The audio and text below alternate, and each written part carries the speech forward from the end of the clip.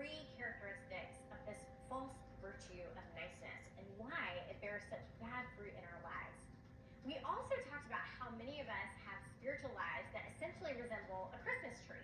We are vibrant and bright on the outside, but uprooted and withering underneath.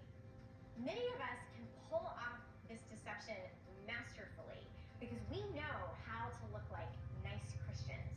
But it is bad for our souls and it's bad for the people around us when we do this. So our task is to go beyond just plucking the fruits of niceness and instead cultivating a better tree. But before we do, I have to confess something to you. Scripture uses a lot of gardening imagery to help us understand faith. But I personally don't know much about anything plant related. As I was writing my book, I actually had to do a lot of research to understand all of Jesus's metaphors about plants and vines and trees, because I am kind of a plant killer. And for a long time, I wasn't sure why, because I worked really hard to keep my plants alive. I watered them, I gave them light, I was the best plant parent you could imagine. So this pattern of plant demise in our home was really mysterious to me for a long time. Now, what I've since learned is that the reason I killed plants over and over again is that I didn't know the right steps for taking care of them. I didn't know the specific practices that were necessary for cultivating them.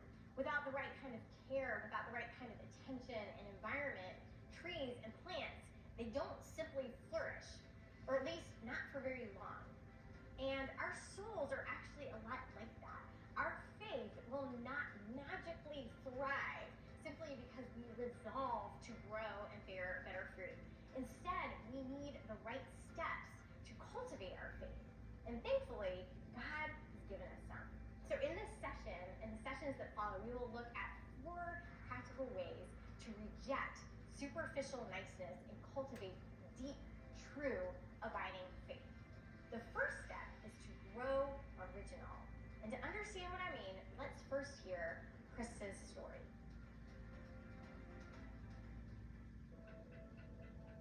So when my husband and I announced that we started the adoption process, we chose to adopt internationally from Japan. And, it's the day and age of social media, so of course we put it on Facebook and put it on our blog and announced to our friends and expected everything to be happy and everyone to be happy for us. So when we first brought our son home, of course, everyone was so excited, and kind of the culmination is, okay, your child is home now. So the expectation was everything is great, when in reality, what people were not seeing was the struggle at home. Like, yes, we were so happy to finally have our family whole together, but there were a lot of struggles. There were medical issues, there were tests that needed to be run, there were all of these things, and we realized how quickly those finances went, and it was just a matter of time before we realized we don't have enough and we have to figure something out.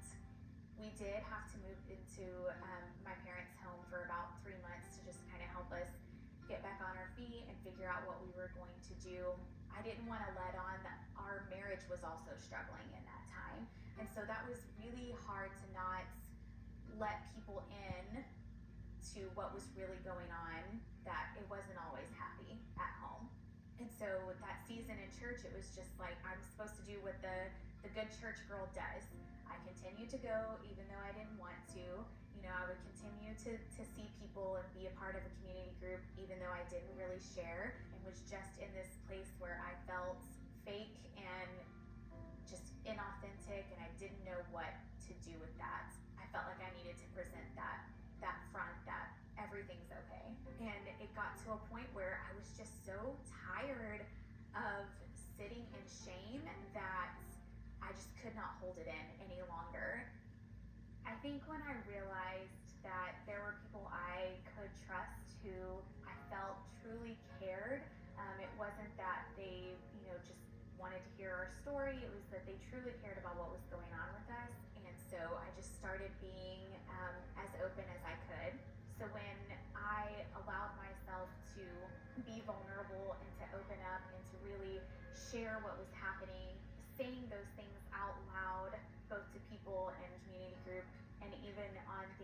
social media opened up the door for people to also say, we've been struggling in the exact same way, and I thought we were the only ones.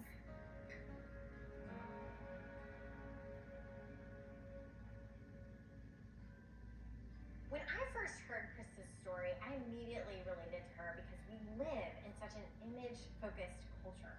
We all want to put out an image of joy and trust because we think that is what Christians are supposed to look like. But we also want to just reflect well on Jesus. I think many of us are concerned that if we don't look happy all the time, if we are honest about being afraid or scared or anxious or confused, that we are doing a disservice to the gospel. And so many of us hide. We put on a nice exterior. We pretend that we don't disagree with that unwise decision our friend just made, or we are totally all right when our coworker made that inappropriate comment, and that sure, our finances are tight and our marriage is strained, but we are fine. Niceness toes this line. It does whatever it takes to get along, get ahead, keep the peace, and fit in. And because of this, we become inauthentic people with inauthentic relationships. People can't be close to us or really even help us because they aren't allowed to truly know us. Of course, this temptation isn't new, and we see this in the New Testament. Peter, who was one of Jesus' disciples, is constantly people-pleasing, constantly trying to fit in, constantly trying to avoid being rejected. For example, in Luke 22, after Jesus has been arrested and is about to be crucified, a servant girl recognizes Peter as one of Jesus' followers. And Peter is scared. He doesn't want to be associated with Jesus. And so he responds this way. It says, he denied it, saying, "Woman, I do not know him." Peter didn't want to be associated with Jesus, the troublemaker. So this close friend and student of Jesus denied even knowing him. And he did this 3 times. But Peter's people-pleasing and desperate need to be accepted, it doesn't end there. In Galatians 2, Paul describes another example of Peter's hypocrisy.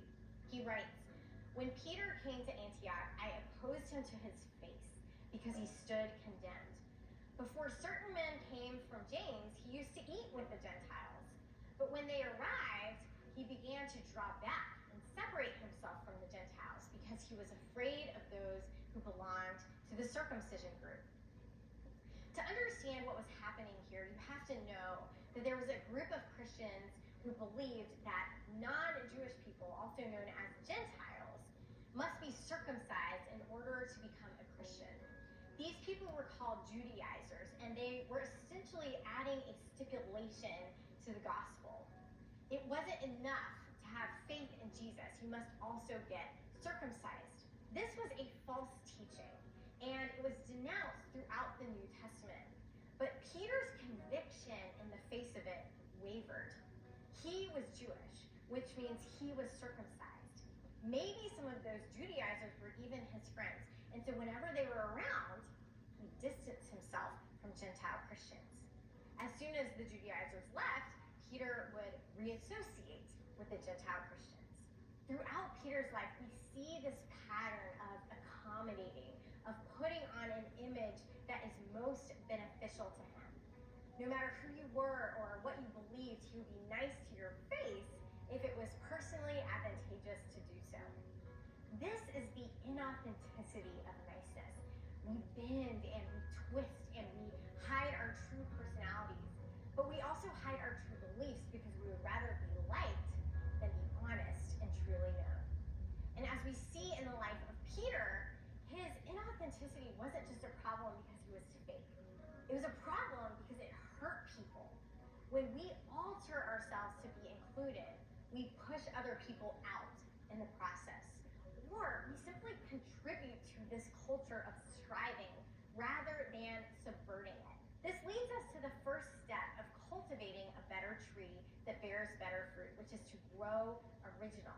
And there's no better example of this principle in nature than the tomato. Have you ever noticed that heirloom tomatoes are ugly to look at, but absolutely delicious to eat? While those perfectly round red ones at the store are overly firm and less flavorful. Well, there's a reason for that, which is genetic engineering. Years ago, farmers discovered they could alter the genes of a tomato to make it look perfect. They would be beautiful and red and uniform in their shape and incredibly appealing to the eye. However, by altering the appearance of the tomato, they also altered its taste. The gene that made tomatoes look better made them taste worse. Heirloom tomatoes, on the other hand, are original tomatoes.